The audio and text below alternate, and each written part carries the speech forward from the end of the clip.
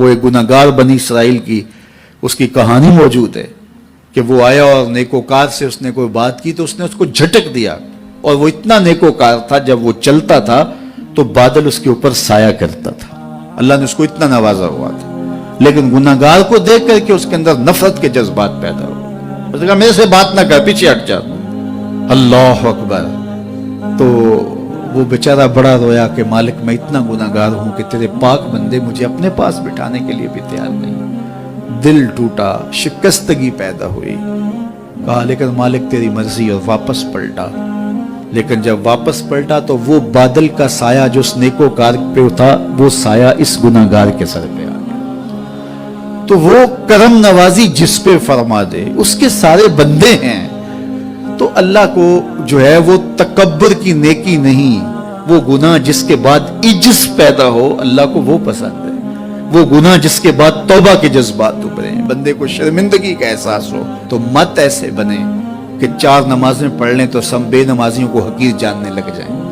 थोड़ा सा काम कर लें, सदका और खैरात कर लें तो बाकी मालदारों को हकीर जाने लगे। आपको दीन के काम की तौफीक मिल गई है तो आप दीन के ठेकेदार बन के बैठ जाएं कि मैं इतना बड़ा जलसा करवाया, अब मेरे अलावा तो कोई यहाँ मुसलमान नहीं रहता, मैं ही सबसे बड़ा आशिक़े रसूल हूँ, मैं ही सबसे बड़ा मुसलमान हूँ। ना, ऐसा ना कीजिए। अल्लाह ने आपको तौफीक दी, आपने लोगों को दावत दी, पता नहीं किस आने वाले पे कितना करम हुआ है। ये तो उनकी रहमतें हैं, वो जिस पे चाहे जैसे चाहे बरस जाएं। हम कोई ठेकेदार थोड़े हैं, हम तो नौकरी करने वाले हैं, हम तो जूते उठाने वाले हैं। हो सकता है किसके सदके मेरे वालिद गिरामी मुझे याद आते हैं, वो मुझे फरमाया करते थे जब गुफ्तगू के लिए निकलने लगे और लोगों का हुजूम होने लगा, तो वो मुरब्बी थे बड़े, और बड़ी हिकमत के साथ जो है वो कोई ना कोई बात समझाते रहते थे। तो एक दिन फरमाने लगे कि एक खतीब था, बज़ाहिर अच्छा किताब करता लेकिन अंदर से वो इतना अच्छा नहीं था। तो जब वो फौत हो गया तो वो बख्शा गया, तो उसने अल्लाह से कहा कि मेरे मालिक मेरा तो कोई अमल ही नहीं है कि मेरी बख्शिश होगी और मेरी मग़फ़िरत हो गई।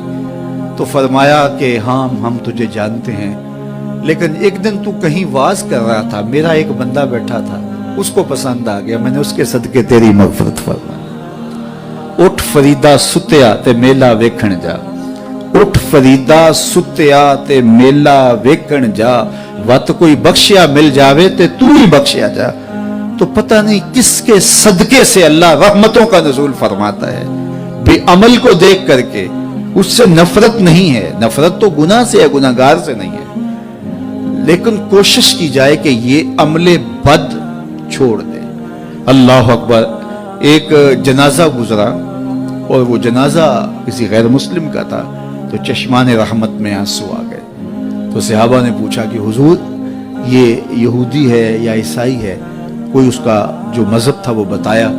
तो फरमाया कि मुझे इस बात पे अफसोस आया कि ये इस्लाम नहीं ला सका और कुफर की हालत में मर गया। तो अगर ये इस्लाम लाता और जो है वो जन्नत की राहों का मुसाफिर होता तो कितना अच्छा। ये उसके साथ भी हमदर्दी है।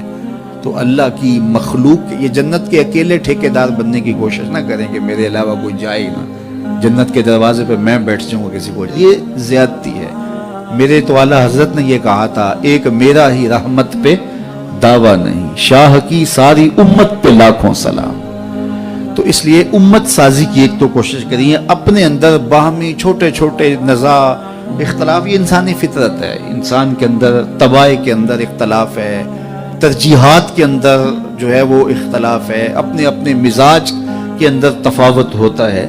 तो ऐसा ना हो कि छोटी छोटी बातों से आप जो है वो उम्मत को फाड़ चीर के रख दें, नहीं, बल्कि उम्मत का जो तसव्वुर है उसको कायम रहना चाहिए। तो गुनाह के बाद जब इंसान के अंदर नदामत का इजहार होता है, वो जो आंसू टपकते हैं, बंदा अपने आप को छोटा समझता है, मैं इतना गुनाहगार, मैं पापी, मैं मुजरम, मैं मैला अथरू। जब वो अपने आप को देखता है कि मैं इतना बुरा शख्स हूं, तो फिर अल्लाह की रहमतें उसके ऊपर मुतवज्जे होती हैं। तो उसको पसंद है कि जब बंदे उसके हुजूर आजिज़ी करते हैं, उसके हुजूर माफी मांगते हैं, तो मत किसी को हकीर जानना कि ये गुनाहगार है, न जाने उसका अंजाम क्या हो।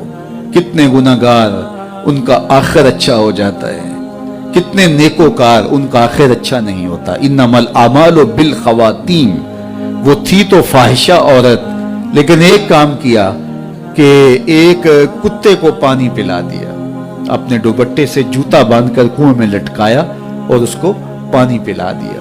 حدیث پاک میں آتا ہے اللہ اس کے صدقے سے اس کی خطائیں معاف فرما دی۔ اور ایک نے بلی کو مار دیا خاتون کو، وہ جہنم کی آگ میں چلنے لگی۔ اس لیے کون کس کا انجام کیا ہوتا ہے؟ ہمارے بزرگ فرماتے ہیں کہ بچے سے پیار کرو کہ اس کے گناہ کم ہیں، اور بڑے سے پیار کرو اس کی نیکیاں زیادہ ہیں، اس کی نیکیاں زیادہ ہیں۔ چھوٹے سے اس لیے پیار کہ اس کے گناہ کم ہوں گے، اور بڑے سے اس لیے پیار کہ اس کی نیکیاں زیادہ ہوں گی۔ اور اسی طرح جو ہے وہ خیال کرو کہ ہو سکتا ہے اس کا انجام بخیر ہو جائے اور اس کا آخر کتنا خوبصورت ہو، تو مت کسی کو حقیر جانیے گا۔ ایک میرا ہی رحمت پہ دعویٰ نہیں، شاہ کی ساری امت پہ لاکھوں سلام۔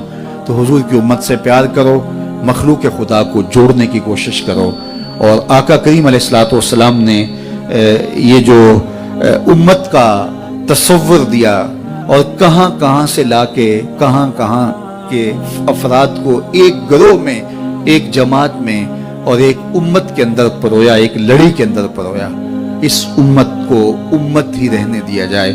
اللہ مجھے آپ کو اپنی پناہوں کا حصار عطا کرے۔